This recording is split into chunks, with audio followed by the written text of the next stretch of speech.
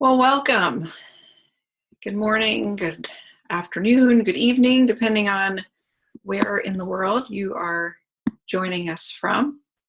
Thank you very much for taking the time to be present today for this webinar, Grow a New Pair of Ears and Be a Great Listener. I have heard numerous people say recently, I'm a terrible listener. And so I thought that a webinar on listening might be useful.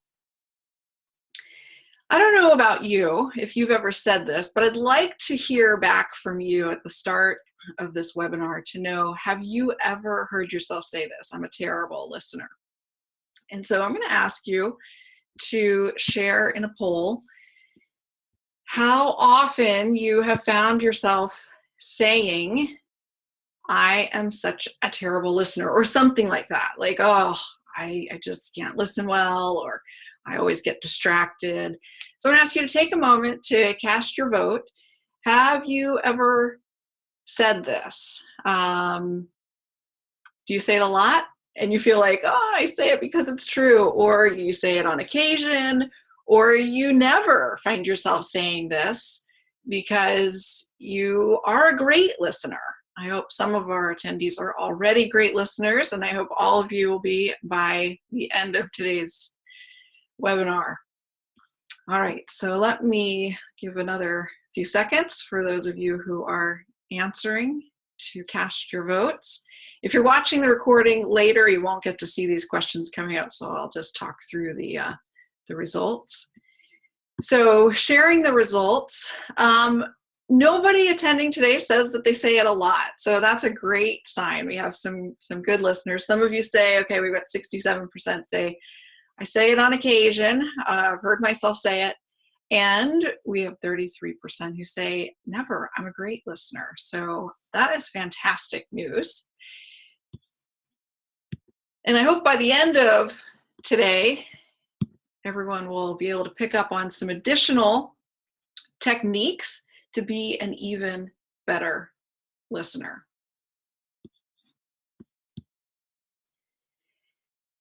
I want to ask you what you think of when you see this sign. Speak less, listen more. There's a part of me that's like, well, is that it? Should we just say, okay, thank you for attending today's webinar. Here is your key to being a great listener. Speak less, listen more. I don't know about you, but I see this and it doesn't resonate for me. I actually find myself getting a little defensive inside, and I'm just like, there's got to be more to it than this. Because there are times when I can be very quiet, but I am not listening well. I have to admit that there are times that my husband John and I are in a disagreement, and he can be very passionate about trying to convince me of his perspective, and I can be very quiet. I can speak less, but I can guarantee you that I'm not listening more just because I'm speaking less. I'll be quiet, but I'm having this conversation in my own head, and I'm not listening at all. I'm disengaged. I'm tuning him out. So there's got to be more to listening well than just speaking less. And that's what we want to talk about today. We're going to delve into it more, into hopefully just a little bit more depth than this idea of speak less, listen more. Have you heard the saying, or the question that people say, if a tree falls in the woods and there's no one there, does it make a sound? Well, scientists will say that the tree will move the airwaves, but it takes an ear to actually absorb sound. So there's this idea that listening is the missing half of communication. So if no one's listening to what's being said, what is the communication? What are the words? If they're not landing anywhere, if they're not being absorbed into someone who's listening, is it just noise? Listening is crucial for communication. Oftentimes when we think about communication, we think first of all about the spoken word or even the written word, and we forget the importance of listening, and we don't sometimes realize that, hey, if nobody's listening, we're really missing out on the greater half of communication.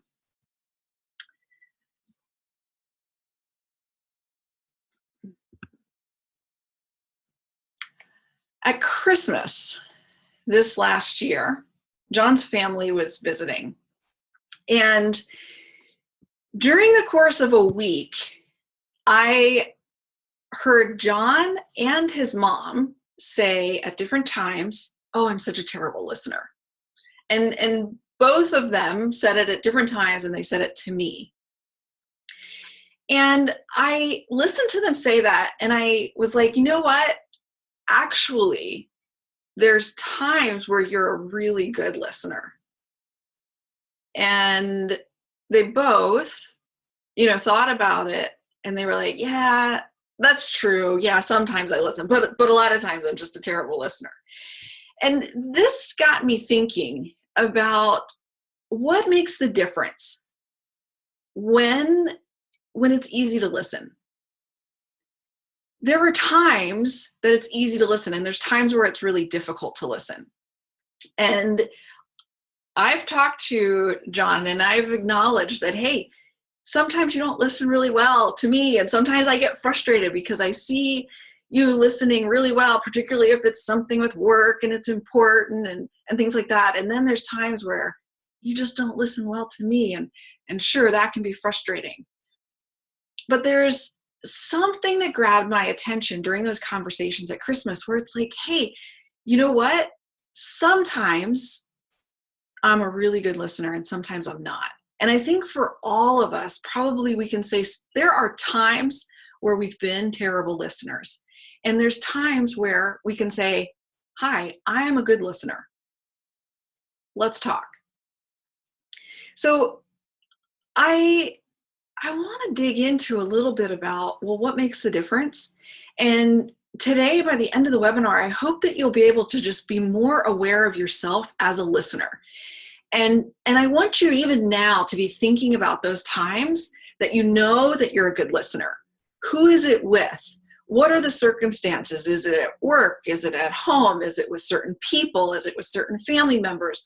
When you are a really good listener. So be thinking about those times. Keep those in mind, because part of the idea of being a great listener is knowing when it's easy and when it's challenging. And deciding on, hey, does it really matter? Because there's times where maybe it's not so important that we listen really well. And then there's other times where it's really important. So recently I have thought about this idea that there's different types of listening. And it's been helpful for me to sort of categorize what type of listening do I need in this situation, in this circumstance. So sometimes we listen for information, right? Maybe I need to know when my next client meeting is. I need to figure out the plans for my in-laws who are arriving for the holiday. Or I need to be familiar with the new regulations, so I'm attending a meeting, and I really need to listen, and I need to gather this information. Okay, there's times where we just need information, so we need to be listening, and we gather information. Another type of listening is for relationships. And oftentimes we think about personal relationships and the importance of listening, right? Because communication is the foundation for these relationships, but not just for personal relationships, also for professional relationships. We have to communicate, we have to listen. So whether it's for business or whether it's just for casual, listening really communicates a certain level of interest, of value that you place on that person or that relationship, and the dedication that you have towards that person, that relationship. So sometimes listening is about building a relationship. It's about maintaining a relationship. Appreciation. This is a type of listening that I really hadn't thought of, and I just kind of overlooked, I guess, until recently. And I think about, wow, like, so this is a type of listening that I feel like almost everybody can say, I'm really good at this type of listening. Think about when you listen to music. Maybe you like to listen to the radio. Maybe you like to listen to podcasts. Even when we're watching movies, we're listening. We watch videos on YouTube. We're listening. And this is just for appreciation, for enjoyment. Maybe some of you enjoy being outside and hearing the sounds of nature. And honestly, until recently, I just completely overlooked this as a type of listening. I actually was a little excited when I found out about this type of listening, because I'm like, oh, I'm really good at that. Look, I can sit and watch a movie that's 2 hours long and I listen and I'm focused like the whole time. Like, wow, I'm really good at appreciation listening. So if you have trouble listening in other types of listening, whether it's information or relationships, maybe you can focus on your appreciation listening, and you can find some encouragement and affirmation in how well you listen when it comes to appreciation listening. The fourth type is critical listening. Okay, so this sort of combines with information. We're listening for the information that is coming in, and we have to analyze it. We have to make decisions from it. We have to decide what's important, what's not important. Sometimes we have to filter some things out. Is this relevant to what's going on right now? Is there something that I need to take action on right away? Or is this something that I'm going to put off till later? So critical listening is important. And I would also say that this is a type of listening that probably, depending on maybe your personality, this might come pretty natural to you. If you like to analyze data and you like to critique and you like to, figure out, okay, what's right, what's wrong, what do we have to prioritize? And when you think about like your physician, if you go to the doctor and they're listening to your heart, you want them to be listening critically, right? It's not just about the information, that you want them to be analyzing it. It's not about the relationship. It's nice to have a friendly doctor, but more important, you want them to be listening to your heart and telling you, is it good, is it bad? You don't want them just appreciating the beautiful sound of your heartbeat. You want them to analyze it, and you want them to say, okay, your heartbeat sounds strong, it sounds normal, or no, we're hearing a little bit of irregularity, let's check this out, so that if there is a problem, you can fix it. So there's all sorts of situations where we need to listen critically, and we want other people to listen critically. So I don't know about you, but I like seeing this different types of listening. It sort of gives me some categories, and I can kind of put into, perspective, okay, when I'm listening for information, here's, the level of effort I need to give. When it's relationship, often that relationship piece of listening, that's the most challenging. So be thinking about these for yourself, and think back to, a few moments ago, I asked you to think about what are the types of, situations where you find that you're really good listening. So maybe you can connect those with these different types of listening. Maybe for you, it is relationships, that people are so important to you that really is the part that's easy for you. Or maybe it's the appreciation or the critical listening. Now, I am certainly not a neuroscientist or a neurologist, so we're going to take a very superficial look at how information comes into the brain that we are hearing. And what happens, obviously, is, we've got our ear and the inner ear, but there's an auditory or cochlear nerve that comes from the inner ear into our brainstem and connects to what's called the cochlear nucleus. And there's a cochlear nucleus for each ear, so you have two of those. And this nerve between the inner ear and the cochlear nucleus is sort of like a busy highway. There's actually information going back and forth continually. And it's sort of, helpful to filter out, when you have background noise, our brains sometimes are pretty good at filtering out. Other times it's a little bit harder. So it's that nerve pathway that begins to help us filter out information. Once it gets to the cochlear nucleus here in the brainstem, some of the information is going to be sent to the temporal lobe. And this is sort of the auditory cortex and our language center of the brain. And this helps us interpret the sounds. So we recognize the sound of a dog barking.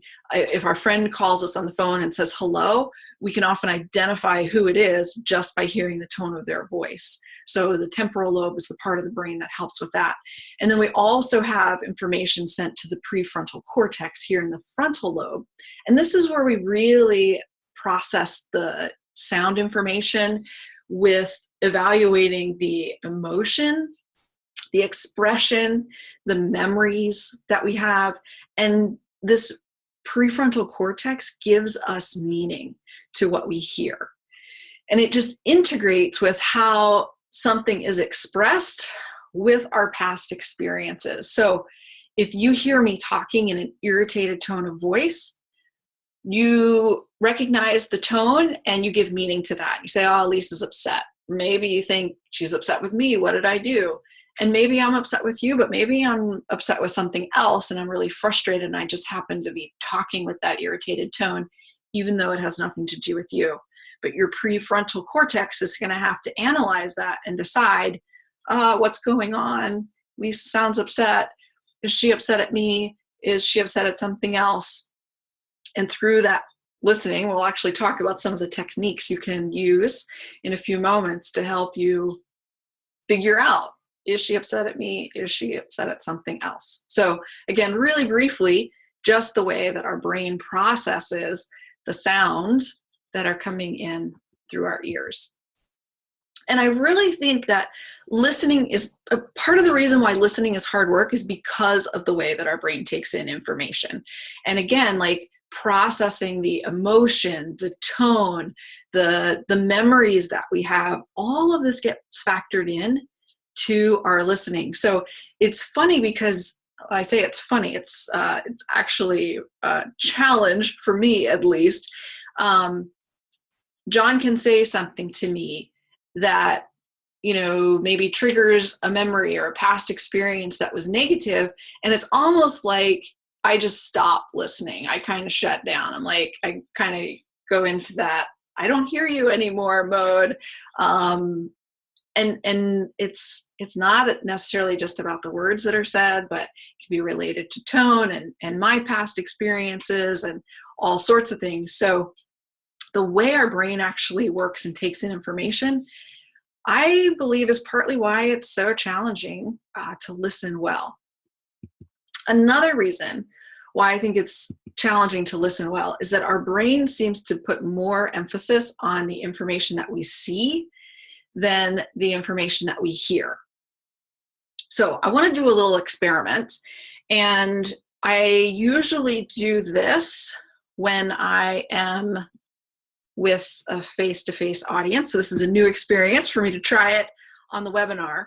I'm going to pause the sharing of my slides, and I'm hoping that this works. Again, I'm experimenting, so bear with me as we try this out. In the US, and there's different parts of the world that symbols and hand signals mean different things, but in America, where I am from, this sign here means everything's okay. So if you want to signal to someone everything's okay, then you'd hold this up. In the world of scuba diving, which I have done quite a bit, this is also an important signal underwater. You can't talk to each other, but this is the okay sign. Everything is okay.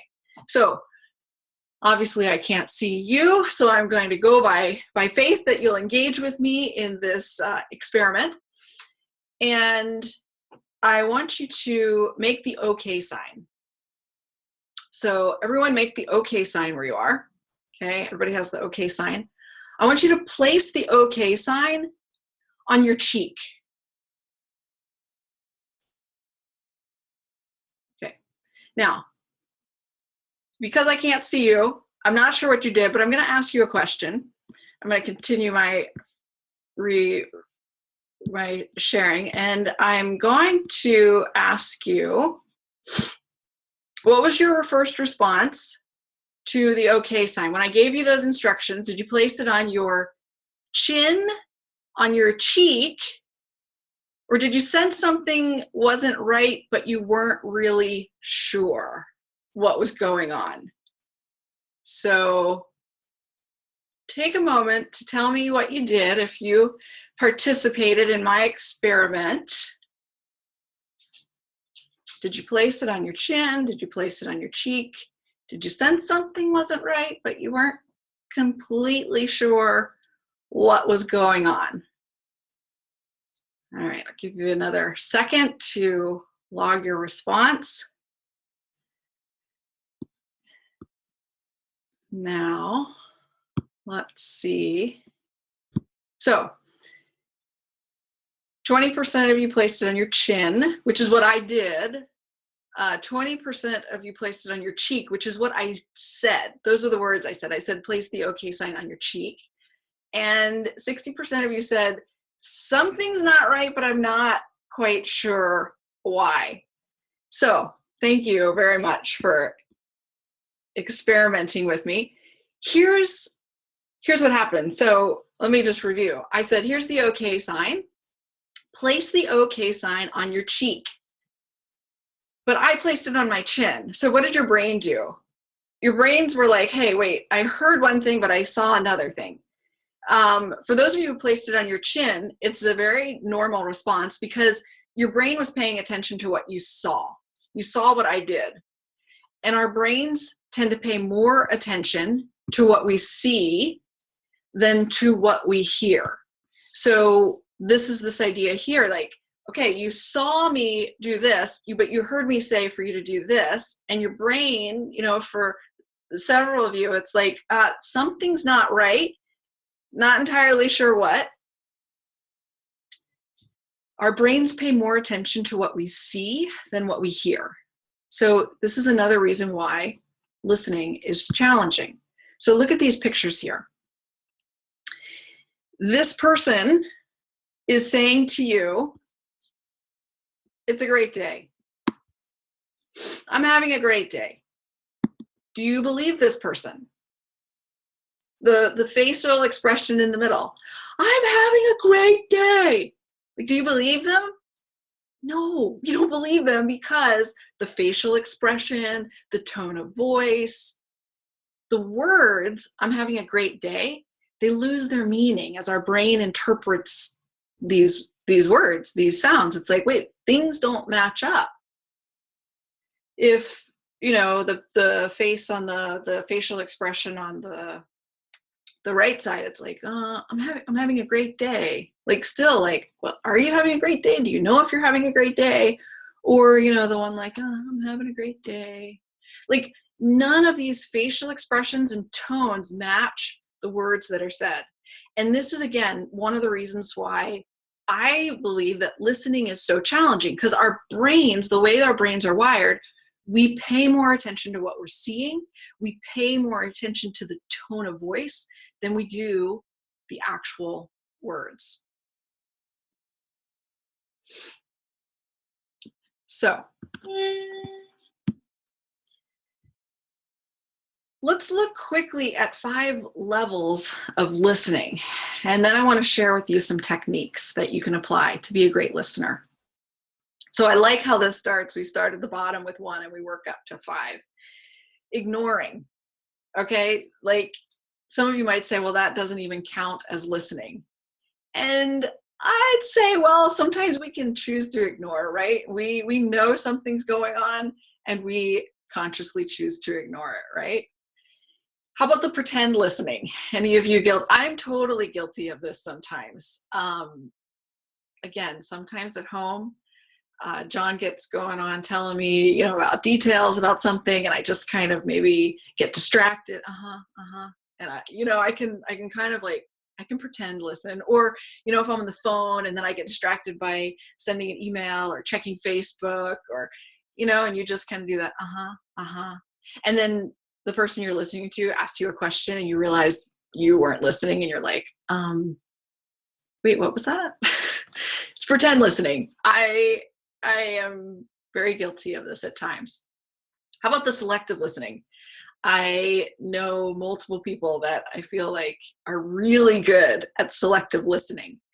I sometimes have trouble with this. If there's a lot of things going on and a lot of conversations in the room, I I kind of want to like hear lots of things. Or you can completely be ignoring everything that's going on, and then you hear your name, and boom, like you selectively listen. Wait, wait, wait, what?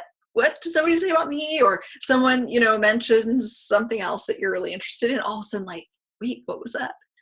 We can be selective in our listening. Now, attentive listening, this is when we're starting to be more engaged, and we might be, really paying attention and asking questions. Wait, what happened? Wow, how did you do that?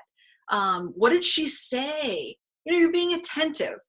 But you notice on this chart that each of these levels, 1 through 4, it talks about being in one's own frame of reference. So I'm focused on me more than the person that I'm listening to. And it's not always, this isn't necessarily a negative thing. It's just something to be aware of. Even with the attentive listening, which it's a great level of listening, but I want to know more information. So wait, what happened? What did she say? What did he say? What did you do next? Like I'm gathering information for myself. So even that is within my own frame of reference. And then we go to that level 5, empathic listening. And this is within the other's frame of reference. So this is where I'm really stepping into the other person's world, listening in, saying, man, if I were in your shoes, I can imagine that would be really difficult. Tell me more about what's going on for you. How do you feel? What are you planning to do? You're really stepping into that other person's world and listening with empathy, with compassion, with feeling. So here's what I think is important to recognize with all these different levels of listening. There's not a level of listening that you say, oh, we want to always listen with empathy. To a certain extent, yeah, that's nice, but you don't need it in every single situation. There's times to ignore. There's times to pretend to listen. There's times to selective listening. There's times to be attentive, and there's times to be empathic. Now, what we have to be careful of is using any of them too much, particularly the ignoring, the pretending. Okay? If there's a lot of noise going on around me and I work in an office where, there's a lot of open space and I don't have my own private office, there's times where I just need to ignore everything going on around me so that I can focus on my work and get it done. The pretend listening, that's a little bit more of a stretch for me to say like, here's a good time to use that. I'll be really honest with you. Selective listening, again, this can be if there's a lot going on and we have to be selecting who we can listen to, and maybe it's a prioritization. Attentive listening is really important for gathering information. It can be valuable in our relationships, as well as that critical listening. And I think we often use that attentive listening when we're in that appreciation type of listening, where we are, enjoying music, movie, things like that. And that empathic listening, there's a lot of different times that this can be really valuable. And it does really take intention and focus, and it takes energy. I'll be honest with you, like I am trained as a coach, and I'll sometimes sit down for an hour with a coaching client, and I'm really using the attentive listening and the empathic listening. And by the end of that hour, I am mentally exhausted. Like listening is exhausting work. So we have to make sure that we know when to engage it and when it's okay to listen at sort of one of the less intense levels. So here's my point here is know when it's important to listen and make sure you can. So know, okay, what type of listening is important right now? Know what level of listening I should be listening at. Is it okay if I just, I'm kind of selectively gathering information, or do I really need to be fully engaged and give all my attention here, work to understand the person's feelings and emotions? And then whatever level of listening is needed, make sure you can. So here's the next information I want to share with you, a few keys to listening. Now I'm going to list several here, and I want you to be paying attention to what's most relevant for you. So if you are going to take the next step to being a great listener, think of just one or two of these following areas that I share that are going to be useful for you to put into practice and start using as you're listening. So the first key is curiosity. If I am being curious, I'm going to stay open. I'm going to be interested in hearing more about what you have to say. I'm going to pause my judgment in order to be curious. So curiosity is really a phenomenal technique and key to keep in mind when you're listening. So for you, if you're thinking like, oh yeah, I'm really quick to judge people and then I quit listening as soon as I've made those judgments about them, maybe curiosity is something for you to focus on and cultivate in your listening skills. Another key is to clear space, and this is both mental and physical space. I'm the type of person that I get distracted pretty easily. If there's a lot of noise, a lot of conversations going on around me, it can be really hard for me to focus in on one conversation. I am kind of like, oh, but I want to hear what's going on over here, and I want to know what's going on over here, and I want to be listening to everybody. So if I know that it's really important for me to focus, I might say, hey, can we go down the hall or step into the other room where it's a little bit quieter and then I can focus better? Or can we continue this conversation in, a few minutes?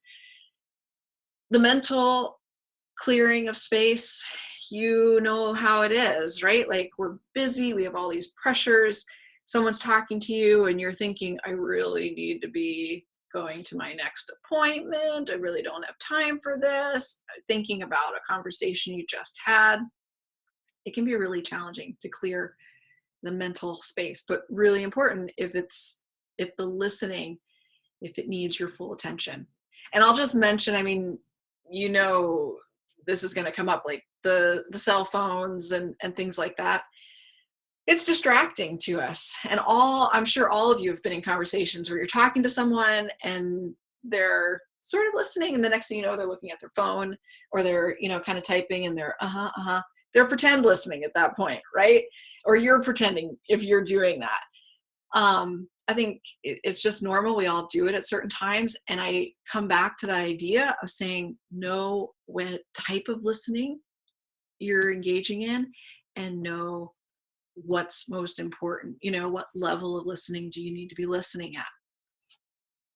And when you need to, you set the phone aside, you get it off the table or off the desk in front of you completely, so you don't even hear it buzz or you don't hear the dings or anything, to really clear that space.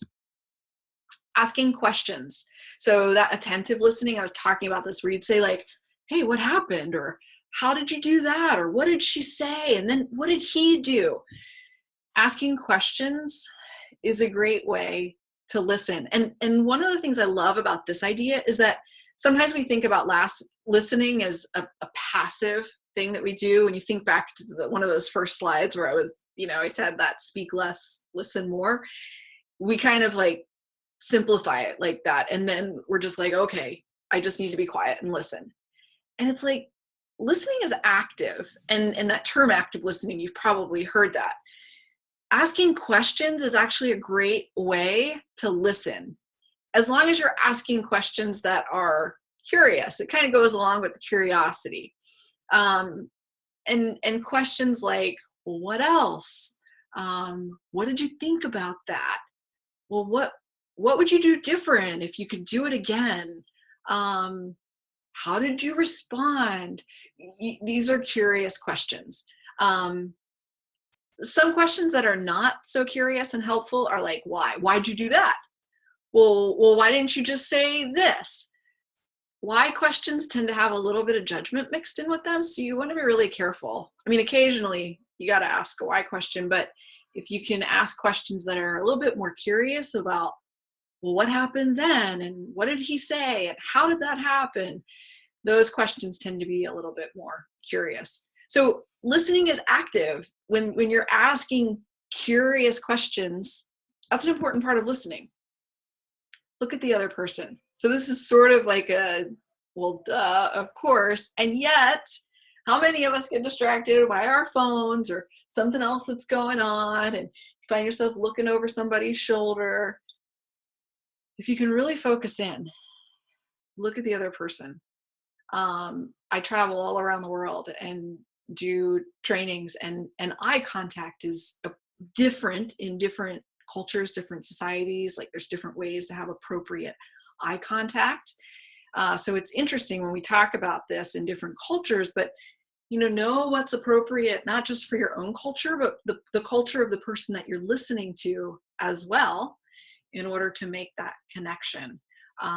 But when you just think about it in simply of like, look at the person rather than your phone, that's going to be a really simple way to improve your listening. Silence is okay. So I don't have a poll question for this, but I'd be curious to know how comfortable each of you are with silence. Silence can be stressful. It can be a little awkward depending on your relationship with the person. Maybe you don't know them very well. Maybe you are just the type of person that when you're nervous, you talk a lot. And so you don't ever take a pause or take a breath or let things just be quiet. But silence is okay, especially when you're focusing on listening, and especially when you're getting to those higher levels of listening, the attentive listening, the empathic listening. Silence is part of listening. So if you're talking to someone who's an introvert, this is especially important, because an introvert needs to think through things in their head before they speak them. So think about, okay, if you ask someone a question and that person is an introvert, they're going to probably just be quiet for a moment. Maybe a minute, maybe 2 minutes. It might feel uncomfortable to you, but try next time to just see how long it goes. Just let silence be okay. And oftentimes, after a few moments of silence, the other person will start sharing a thoughtful response. So give people time to think and process in their own minds. Silence is okay. Summarize.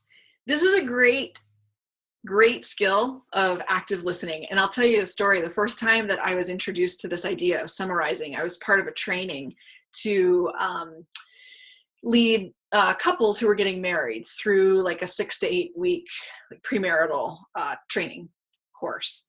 And one of the activities that you take the couple through is this active listening practice, where one person says, I really would like to spend more time with my family, and I'm concerned that we don't get enough time off with my family, so maybe this summer we could do a vacation with them or something like that. So one person shares something that they're thinking about the relationship.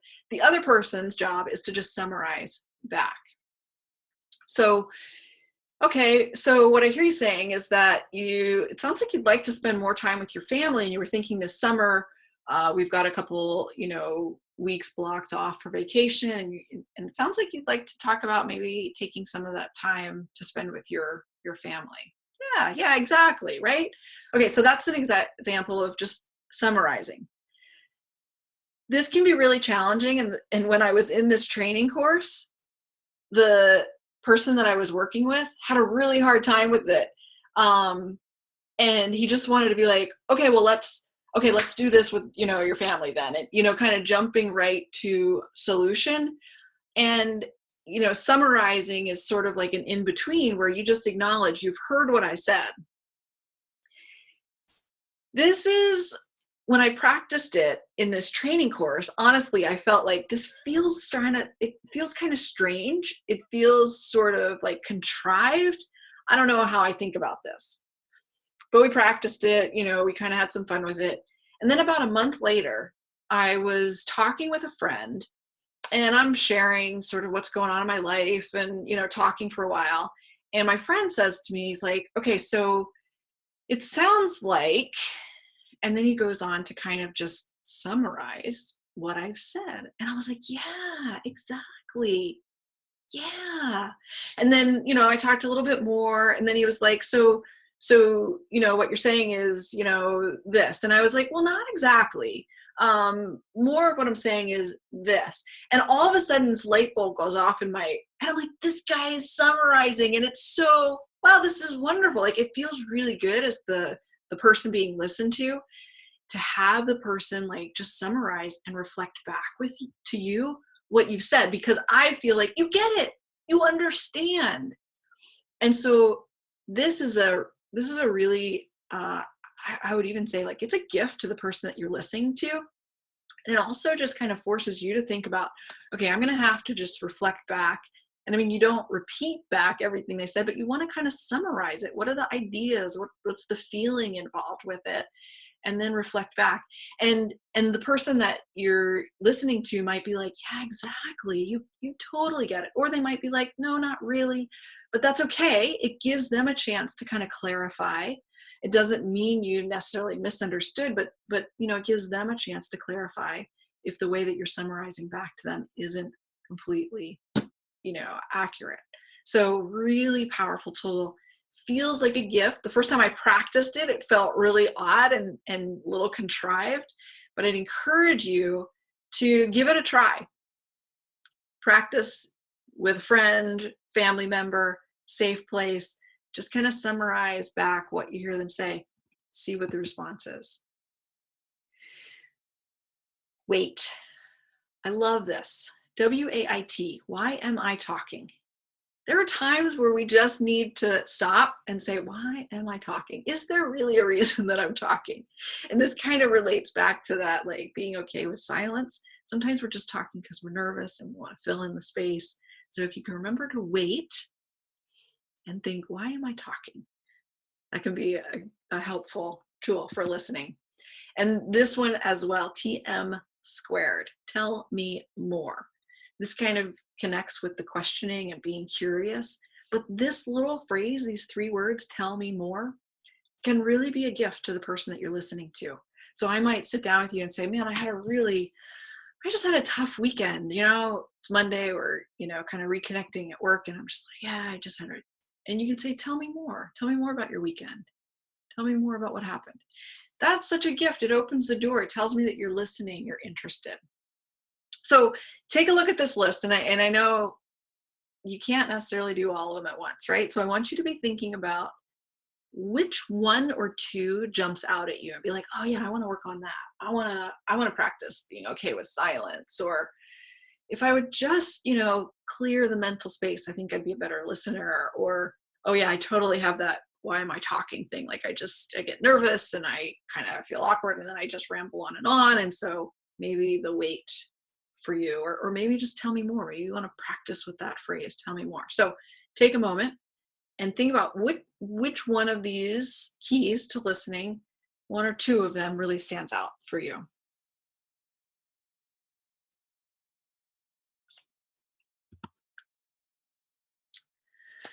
All right, as we wrap up today, I want to just finish with this idea of empathic listening. This was at level 5 listening. And this is when we're really stepping into the other person's shoes. As this lady is approaching her cat, how would you like it if that mouse did that to you? So you're really trying to step into the other person's shoes, understand their feelings, let them know that you're acknowledging how they feel, sometimes even if you don't understand. And I want to give you just a few phrases that you can use when you want to bump it up to that level 5, empathic listening. So responding with empathy, you might just say something as simple as, that sounds really frustrating.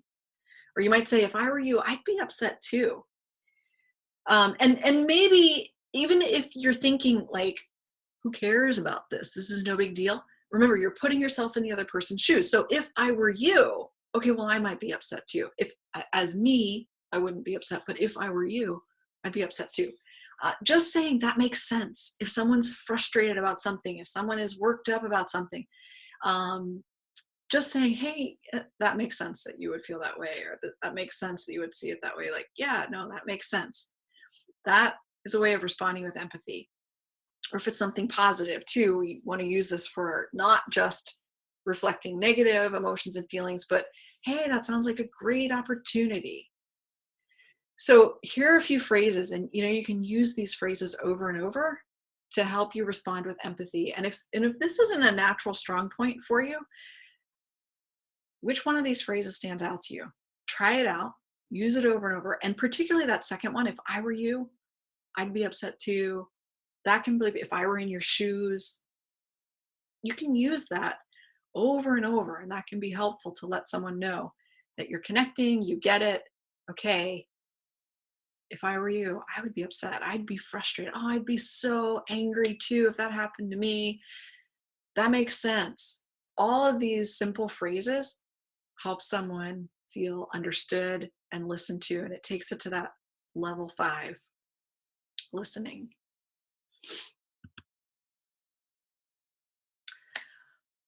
All right. So now that you're all ears, I want to ask you, what stands out to you? What's a takeaway for you from these different listening skills? And so I'm going to launch our last poll for the day. And the question is, what's the most important takeaways for you to be a great listener?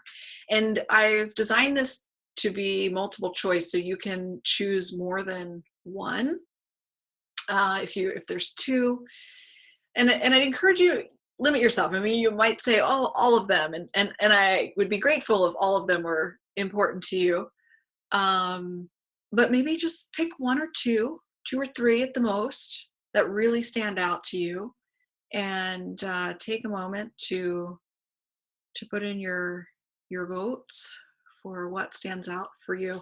And I'd encourage you, as we come to the end of this webinar, to be thinking, what type of listening do I have to do most, maybe in my job or in my home life? What is the level of listening that I need to be at? And what's the one or two keys that are going to really help me be a great listener? Remember that we don't have to listen at that level 5 all the time. I think it's important to give ourselves permission to not always be listening at that level 5. It's okay sometimes. Sometimes we choose to ignore the noise that's going on around us. Give yourself permission to step into that higher level of listening, because remember, it takes energy and focus. Our brains aren't wired to pay attention just to the auditory input, but pay a lot of attention to the sight and the tone and things like that as well. So let me share the results of this poll. So they asked more questions to tell me more. That stands out among the group. Being okay with silence. This is a challenging one. I was in a workshop, and it was actually a sales skills workshop. And the trainer was like, he was encouraging us to do this, like, be okay with silence. And he's like, if you have a teenager in your life, just go ask your teenager, like, hey, what was the best thing that happened to you today? And probably the teenager is just going to be like, and they might just completely ignore you, and like give it 2 minutes and they'll be like, thanks, you're helping me be more comfortable with silence, and go on your way. So that was one of his takes on practicing that. The stop interrupting, right? The wait, why am I talking? Summarizing what I heard. So great. It seems like each of these stand out in different ways for each of you. I love talking about this sort of thing. It's a continual learning process for me to be all ears. And it's something that I've really, in coach training, like we have to train ourselves to be listeners. It's a skill to develop. It's a skill I'm continuing to develop in my own life, and recognizing the type of listening, recognizing when it's easy for me to listen, when it's not, and pushing myself, finding the ways to remind myself. If I find myself drifting away in my mind, being like, okay, wait, focus, Lisa, focus, just look at the person, focus. Little ways that I can come back, asking a question, just pausing, being okay with the silence. It's a continual skill to develop. And so I'd love to talk with you more. If you have questions, if you have some comments, please feel free right now to put a comment in the comment box. That's the end of the webinar for today, but I'm going to stay online for a few more minutes and would love to hear from you if you have a question or a comment in the chat box or the Q&A box. And I'll just let you know our next webinar is going to be in June. I'm taking next month off. I've got quite a bit of traveling next month. So my next webinar will be in June, and will be 4 tips to a fantastic summer. So crazy that we're here on the brink of summer of 2017. If you have any interest in checking out my previous webinars, you can do that through my website. And I would just like to say thank you again for being part of the webinar today. I hope you all have a great rest of your day, however much is left of it wherever you are in the world. And again, I'm gonna stay online for a few moments and be happy to take any questions or hear any comments from you. Otherwise, have a great day.